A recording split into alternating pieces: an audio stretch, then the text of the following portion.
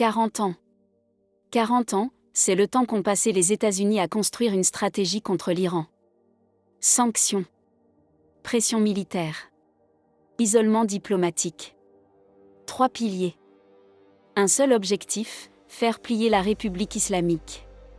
Aujourd'hui, pourtant, l'Iran est plus puissant qu'il ne l'a jamais été. Plus influent. Plus avancé sur le plan nucléaire. Comment est-ce possible ? Pourquoi la plus grande puissance militaire et économique du monde n'a-t-elle pas réussi à atteindre son but ? C'est ce que nous allons analyser ensemble. Et les réponses, elles, pourraient bien vous surprendre. Il faut d'abord comprendre le plan. Depuis le début des années 2000, la stratégie américaine contre l'Iran repose sur 3 grands piliers. Le premier pilier, ce sont les sanctions économiques massives. L'objectif était simple, étouffer l'économie iranienne pour provoquer, à terme, un affaiblissement, puis un effondrement du régime de l'intérieur. Le deuxième pilier, c'est la pression militaire, en grande partie portée par Israël. Des frappes régulières en Syrie. Des opérations secrètes. Et l'élimination ciblée de figures importantes du système iranien. Le troisième pilier, enfin, c'est l'isolement diplomatique. L'idée était de couper l'Iran du reste du monde. L'empêcher de conclure des alliances solides. Freiner ses accords commerciaux. Et l'éloigner des grandes institutions internationales. Sur le papier, cette stratégie paraissait cohérente. Mais dans la réalité, elle a échoué. Et elle a échoué sur les 3 fronts. Voyons pourquoi, point par point. Commençons par les sanctions. En 2018, sous l'administration Trump, les États-Unis ont lancé ce qu'ils ont eux-mêmes appelé la politique de pression maximum contre l'Iran. Le but était clair. Ramener Téhéran à la table des négociations en le forçant à céder sur 3 dossiers majeurs. Son programme nucléaire, son influence militaire régionale, et son soutien à plusieurs groupes armés au Moyen-Orient. Pour y parvenir, Washington a imposé plus de 1500 sanctions en quelques années. Des sanctions contre les exportations de pétrole. Des sanctions contre les banques. Contre les entreprises. Contre des responsables politiques. Et contre des membres importants de l'appareil sécuritaire iranien. Pour la population, les conséquences ont été très dures. Le rial iranien a perdu une grande partie de sa valeur. L'inflation a explosé. Le pouvoir d'achat s'est effondré. Des millions d'Iraniens ont vu leur quotidien se dégrader brutalement. Les médicaments sont devenus plus difficiles à obtenir. Les produits de première nécessité aussi. La souffrance humaine a été réelle. Elle a été documentée. Elle a été visible. Mais le régime, lui, n'est pas tombé. Et c'est là que la stratégie américaine a révélé sa première grande limite. Car l'Iran a fait quelque chose que Washington n'avait pas mesuré à sa juste importance. Il a réorienté son économie vers d'autres partenaires. La Chine, d'abord. Elle est devenue un débouché central pour le pétrole iranien. En 2021, les 2 pays ont signé un accord de coopération stratégique sur 25 ans, avec des perspectives d'investissement dans les infrastructures, l'énergie et la technologie. La Russie, ensuite, a renforcé ses liens économiques et militaires avec Téhéran. Et d'autres pays ont continué à commercer avec l'Iran malgré les pressions américaines. On peut citer l'Irak, le Venezuela, et plusieurs États en dehors du bloc occidental. Le résultat est paradoxal, mais logique. Les sanctions ont affaibli le peuple. Elles n'ont pas brisé le cœur du système. Elles n'ont pas détruit les gardiens de la révolution. Elles ne les ont pas désorganisés. Au contraire, elles ont donné au régime un récit puissant. Le récit de la résistance. Le récit de la dignité face à l'Occident. Le récit du refus de la soumission. Et ce récit a permis au pouvoir iranien de justifier son autoritarisme tout en mobilisant une partie de la population autour d'un sentiment de fierté nationale et de défi. Passons maintenant au deuxième pilier, la pression militaire israélienne. Pendant des années, Israël a multiplié les frappes contre les positions liées à l'Iran en Syrie. Des convois d'armes destinés au Hezbollah. Des bases. Des dépôts. Des infrastructures militaires. Israël a aussi mené des opérations clandestines d'une grande audace. Des scientifiques nucléaires iraniens ont été assassinés sur le sol iranien. Des installations sensibles ont été sabotées. Et des figures majeures du dispositif iranien ont été éliminées. Le cas le plus connu reste celui du général Qassem Soleimani, tué en janvier 2020 à Bagdad par une frappe de drone américaine. Ces opérations ont été spectaculaires.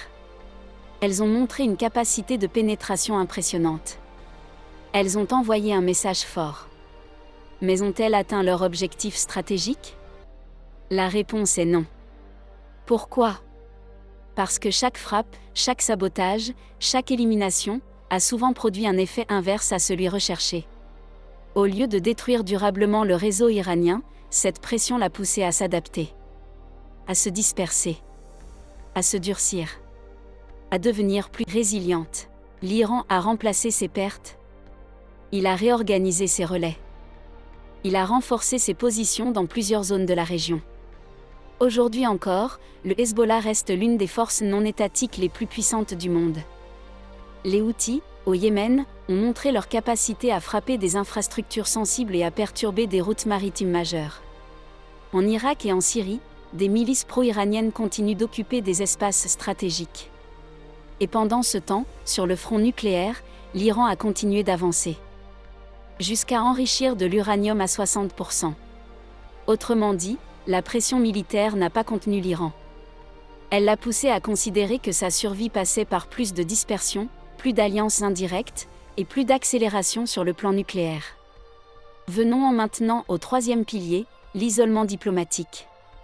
Pendant un temps, cette stratégie a semblé fonctionner. L'Iran était sous pression dans plusieurs instances internationales. Ses relations avec l'Occident étaient très dégradées. Les investisseurs étrangers évitaient le pays. Et beaucoup de capitales occidentales cherchaient à maintenir Téhéran à distance. Mais le monde a changé. Et c'est là que le calcul américain a commencé à se fissurer.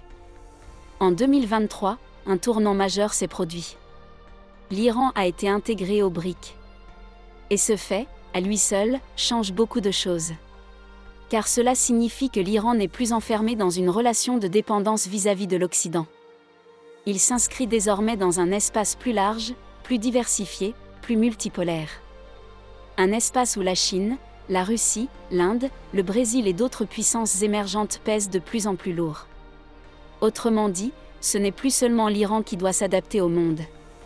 C'est aussi le monde qui change autour de la stratégie américaine. Et dans ce nouveau contexte, la logique de l'isolement devient moins efficace. Parce qu'on ne peut plus isoler un pays de la même manière dans un système international où les centres de pouvoir se multiplient. Alors, pourquoi cette stratégie à 3 piliers a-t-elle échoué aussi profondément? Il y a, au fond, 3 grandes raisons. La première, c'est la dimension idéologique du régime iranien. La République islamique n'est pas seulement un appareil d'État. C'est aussi une structure politique nourrie par une vision du monde, par une mémoire révolutionnaire, et par une logique de résistance. Et ce type de régime ne s'effondre pas facilement sous la pression extérieure.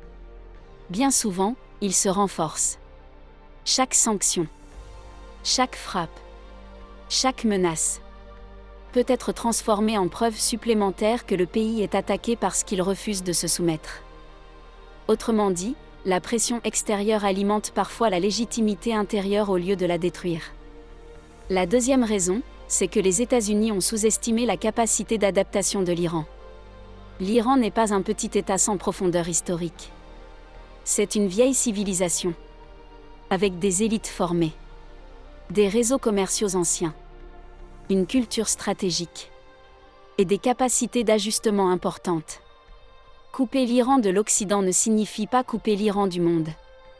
Téhéran a encore des ouvertures en Asie, en Afrique, en Amérique latine, et dans plusieurs espaces où l'influence américaine n'est plus absolue. La troisième raison, peut-être la plus importante, c'est l'absence de véritable plan alternatif. La stratégie de pression maximum n'était pas une diplomatie équilibrée. C'était une logique de contrainte sans sortie honorable. Il n'y avait pas de voie crédible permettant au régime iranien de reculer sans se renier. Pas de compromis suffisamment solide. Pas de passerelle politique sérieuse. Pas de vraie porte de sortie. Or, aucun pouvoir ne capitule volontairement s'il estime qu'en cédant, il signe sa propre disparition. Sans perspective politique crédible, la pression seule devient une impasse. Et dans une impasse, chacun se raidit. Le résultat, aujourd'hui, est visible. Au moment où la pression maximum a été lancée, l'Iran restait encore encadré sur le plan nucléaire. Il était plus vulnérable diplomatiquement. Et son influence régionale, même réelle, rencontrait plus de limites. Quelques années plus tard, le tableau est différent. L'Iran enrichit à un niveau beaucoup plus élevé. Il a consolidé plusieurs relais régionaux. Il s'est inséré dans de nouveaux cadres diplomatiques. Et il négocie avec une posture moins défensive qu'auparavant. Voilà ce qu'on appelle un échec stratégique. Pas forcément une défaite militaire classique. Pas nécessairement un succès total pour Téhéran non plus. Mais l'échec d'une vision qui a cru que la pression pouvait remplacer la diplomatie. L'échec d'une approche qui a pensé qu'on pouvait faire plier une puissance régionale ancienne, enracinée et idéologiquement structurée, uniquement par les sanctions, les frappes et l'isolement. Et avant de terminer, il y a dans cette histoire 3 leçons de développement personnel que nous devons retenir. Parce qu'au fond, les grandes stratégies entre États révèlent aussi de grandes vérités sur la vie humaine. Elles nous parlent de pression, d'adaptation, de résistance, d'erreur, et de la manière dont les êtres humains réagissent quand ils se sentent attaqués, enfermés ou menacés. La première leçon, c'est que la pression seule ne transforme pas toujours une personne. Parfois, elle la durcit. Dans cette affaire, les États-Unis ont cru qu'en augmentant les sanctions, les menaces et l'isolement, l'Iran finirait par céder. Mais au lieu de s'effondrer, le système s'est aussi renforcé dans son récit de résistance. Et dans la vie, c'est souvent pareil. Quand on pousse quelqu'un dans un coin, sans lui laisser d'espace pour respirer, comprendre ou évoluer, on ne produit pas toujours un changement positif. On produit parfois de la fermeture, de l'orgueil, de la colère, ou une résistance encore plus forte. C'est une leçon importante pour nous-mêmes. Si tu veux grandir, ne te corrige pas seulement par la violence intérieure. La discipline est nécessaire, oui. Mais elle doit être accompagnée de lucidité, de direction et d'intelligence. Sinon, tu risques de devenir plus dur, mais pas forcément meilleur. La deuxième leçon, c'est que dans la vie, ceux qui durent ne sont pas toujours les plus forts au départ. Ce sont souvent les plus adaptables. L'Iran n'a pas seulement tenu parce qu'il avait de la force. Il a tenu parce qu'il a trouvé d'autres partenaires, d'autres circuits, d'autres manières de continuer. Et cela nous parle directement. Beaucoup de personnes échouent non pas parce qu'elles manquent de valeur, mais parce qu'elles restent bloquées dans une seule manière de penser, une seule méthode, une seule habitude. Or la maturité demande de savoir s'ajuster sans se trahir.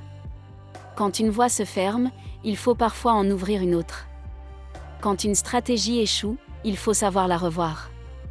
Dans la vie personnelle comme dans le travail, l'adaptation n'est pas une faiblesse.